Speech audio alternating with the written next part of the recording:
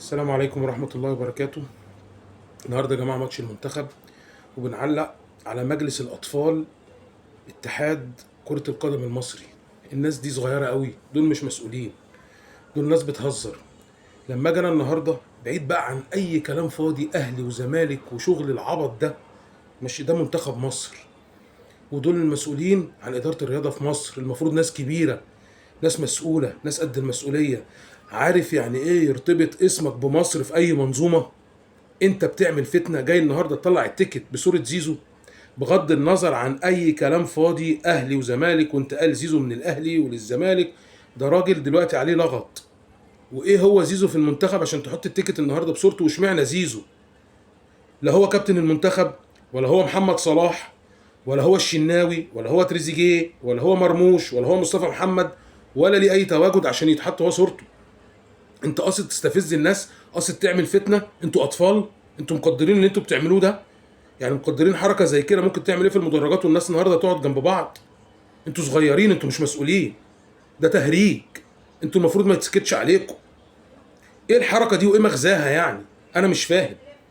يعني الراجل لسه مطلع ستوري قبل بقى القصه، يعني النقل والحرق واليجع ومش عارف ايه المشاكل اللي حاصله دي كلها، ولسه مطلع ستوري الشامتين الحاقدين. والله الواحد لا بيتكلم عشان زملكاوي ولا نيله، لكن يا جماعه خافوا شويه على الناس، خافوا شويه على الناس، اجبروا. هو وصلت القصه للتعصب في المسؤولين كمان عن الرياضه؟ يعني فين السيد وزير الشباب والرياضه؟ اتحاد الكره ازاي سمح بحاجه زي كده؟ ايه التهريج ده؟ انت مطلع لي تيكت بصوره زيزو اللي عامل فتنه، حتى اصلا فتنه في ناديه نفسه، وجاي تحطها ليه؟ عايز الناس تموت بعض في الاستاد عشان انت ترضي هوا جواك، او حاجه معينه بقى انت من وراها بتشتغل؟ يعني انا مش فاهمها بصراحه. ده شغل اطفال، او شغل ناس والعياذ بالله قلوبها سودة، مش في دماغها بقى الناس تموت بعض، الدنيا تخرب، الدنيا تعمر. المهم انا بحقق غرض خفي، غرض خفي مش ظاهر. ان كان تافه الغرض ده، ان انا راجل مثلا متعصب واهلاوي ولا، او غرض خفي بتربح او بقصه، اصل هي ملهاش تبرير تاني. يعني انا اجي النهارده اطلع ماتش المنتخب التيكت بتاعه عليه صوره زيزو، والناس رايحه الماتش عشان يموتوا بعض في الاستاد؟ انتوا بتزودوا الفتنه. ما انا مش فاهم ايه يعني، ايه الغرض من وراها؟ ايه تبريرها يعني؟ مين هو زيزو في منتخب مصر؟ ده لو صلاح حاصل عليه اللغط ده ما تحطش صورته على التيكت. اظن ده انضف حاجه في الرياضه عندكم في مصر ومش هتتكرر تاني. لو هو اللي حاصل بسبب اللغط ده ما حطش صورته. حط صوره حسام حسن، حط صوره الشناوي، صوره تريزيجيه، هم كلهم الكباتن. انا عندي صلاح. ليه بعمل كده؟ ليه؟ ايه الغرض اللي انتوا بتعملوه؟ انتوا بتعملوا ايه؟ اعلاميين طالعين بقالهم مده كبيره جدا بيثيروا الفتنه ومحدش بيحاسبهم.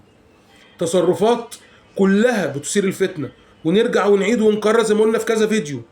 مشجعين الكوره اغلبيتهم واللي بيتفاعلوا شباب صغير متهور، ما عندوش الكياسه والفتنه ان هو يقعد يتناقش ويتكلم، ممكن يضربوا بعض ويموتوا بعض.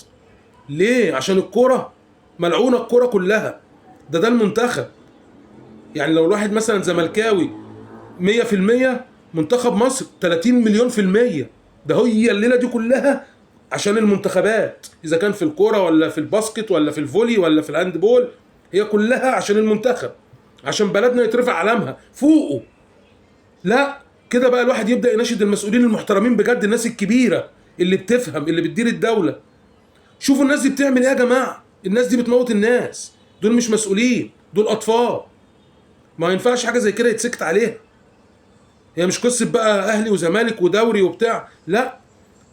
انتوا كده هتودونا في داهيه، ونرجع نندم تاني ونرجع نعيط وعيالنا يتخطفوا مننا ويموتوا مننا بسبب تصرفات مش مسؤوله من ناس متهوره او اطفال او متربحين. عشان نفهم بقى، في مصالح فانت بتسمع الكلام.